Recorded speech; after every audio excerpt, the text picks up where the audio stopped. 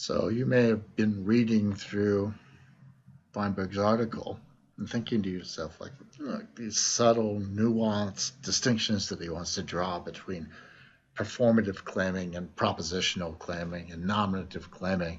I don't see the significance or the importance of these things, and I don't understand why he's trying to do this. And so when we look at page 624, for example, Feinberg articulates his position, and it becomes sort of clear why he's been bothering to try and disentangle these different sets of claimings.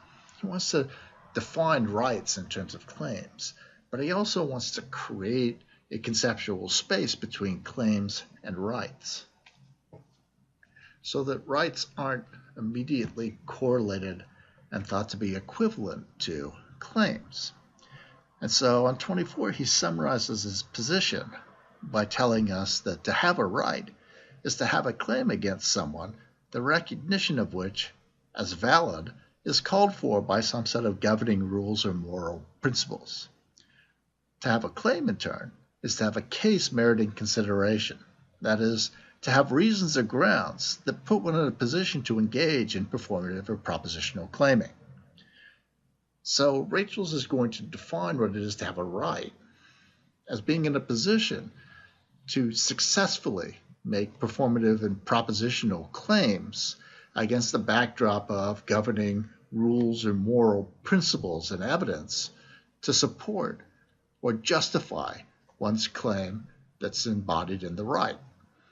And he will distinguish then rights from claiming in that claiming is merely cases where you're in a position to make a reasonable performative or propositional claim. You've got a case that merits consideration, but it's not necessarily a case that's going to ultimately be shown to be valid or justified against the backdrop of these governing rules, moral principles, and evidence. And so he defines right in terms of claiming, but he distinguishes claiming from right at least a little bit conceptually. Having done this, he thinks he's now in a good position to talk about the moral differences between the imperfect real world that we inhabit and his hypothetical world of Nowheresville, which he claims is in fact morally less praiseworthy, less good.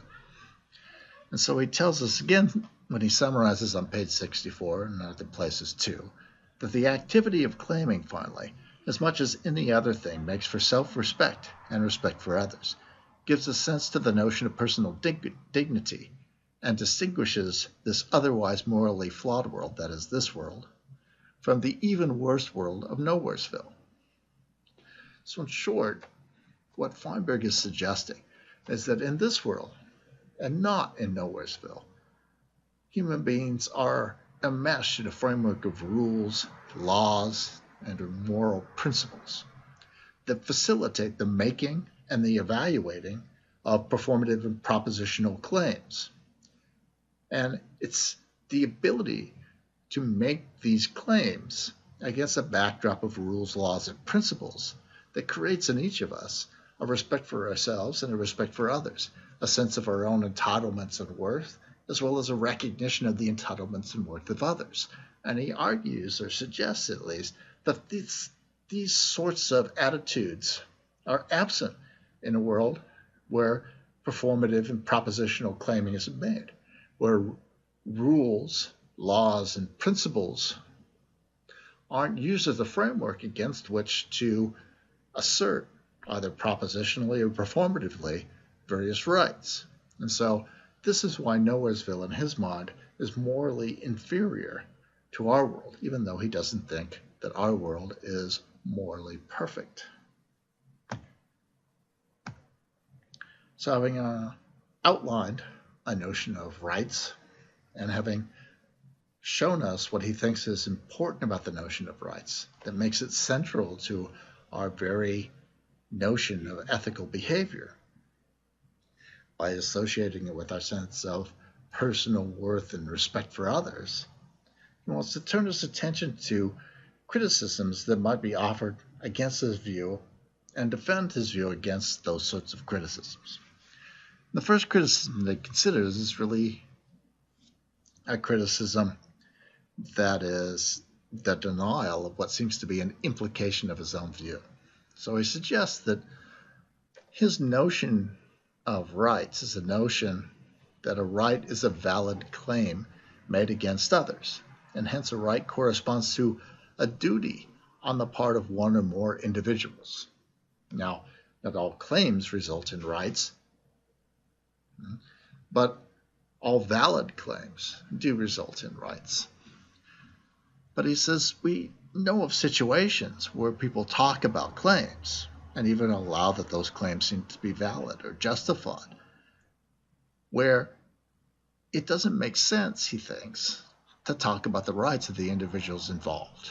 And in particular, what he points to are these cases where we have scarcity, where we have a set of rules or principles that seem to provide a backdrop against which individuals might make a performative or propositional claim to have a right to something. But that claim, well, it seems to be justified or validated by the evidence and the rules, isn't a claim that can be fulfilled by any individuals that it can be made against. And hence it doesn't make sense of saying that that situation gives rise to rights. And so he tells us that his view commits one to a conception of a right, which is an entitlement to some good, but not a valid claim against any particular individual. For in conditions of scarcity, there may be no determinate individuals who can plausibly be said to have a duty to provide the missing goods to those in need. And so he thinks as a result, such individuals would seem to have rights under his definition without seeming to have any rights or duties when we consider those obligations in light of the impossibility of fulfilling those obligations. And he wants to defend his position against this kind of criticism by, in a way, sort of biting the bullet.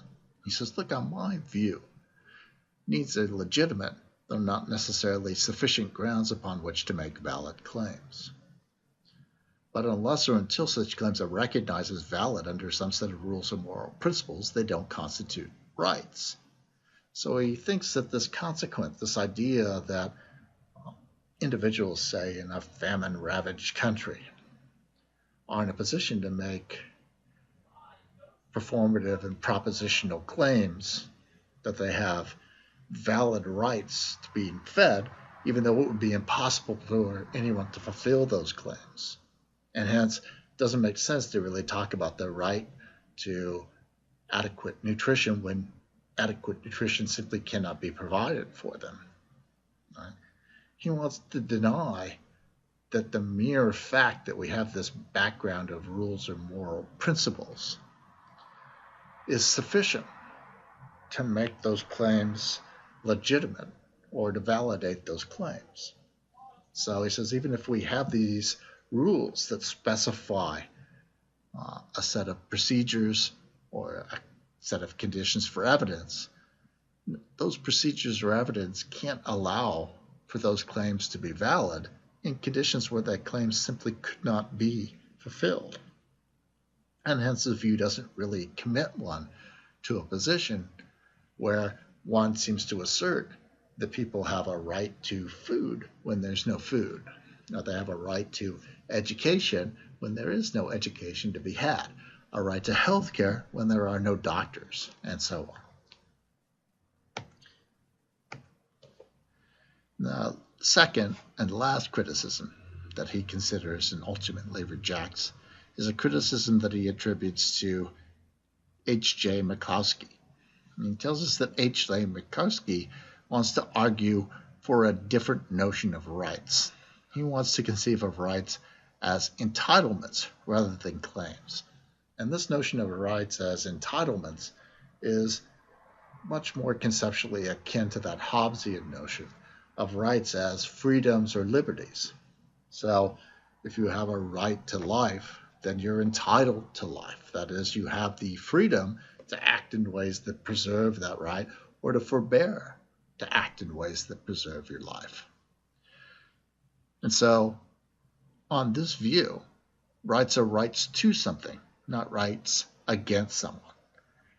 And so, for instance, one's right to privacy doesn't mean that others have a duty to ensure one's privacy, no matter how careless one is about guarding it. Instead, the right to privacy is an entitlement to privacy. That is, it's a freedom to pursue your privacy, to take precautions to ensure your privacy or not, depending on your own inclinations to act or to forbear. Now, he says, look, if McCloskey is correct, then rights need not result in duties on the parts of others. And this is the central crux of what he thinks of as McCloskey's objection to his view. He wants to portray McCloskey, rightly or wrongly, as asserting that there are lots and lots of rights that have no corresponding individuals that have duties as a result of those rights. And he wants to respond to that kind of objection in two ways. He wants to argue that McCloskey's view has two central problems. First, he wants to argue, look, there are lots and lots of rights that do give rise to duties. And so the notion of rights as entitlements seems to have difficulty explaining those kinds. And so, for instance, in the quotation that he gives from McCloskey, McCloskey says, look, having a right to life doesn't mean that there's someone who's got a duty to preserve your life.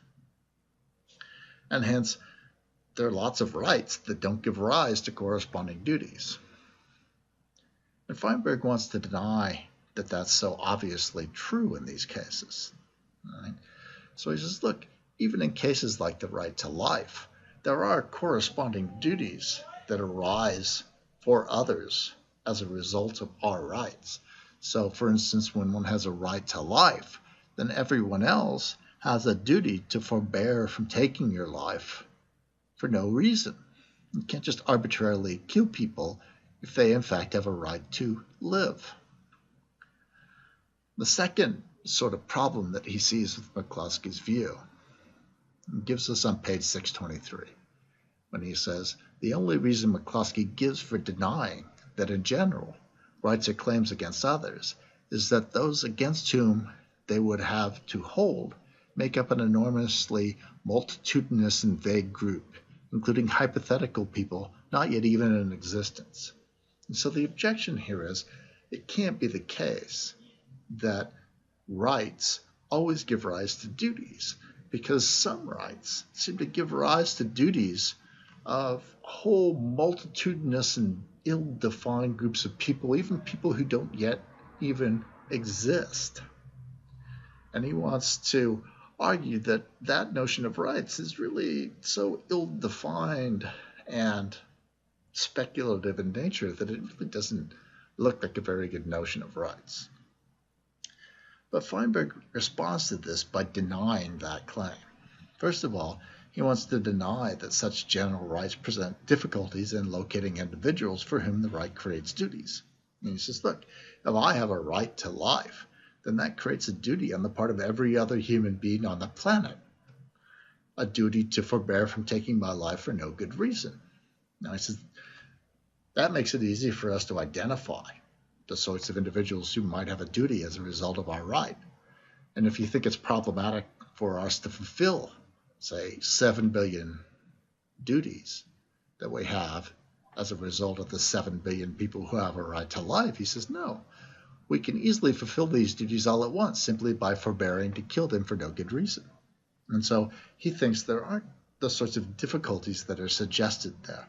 And so he thinks that this notion of general rights that don't have clear, well-defined, or even existent individuals for whom they create duties doesn't make the notion of rights that he's articulated seem irreparably vague or hopelessly inappropriate.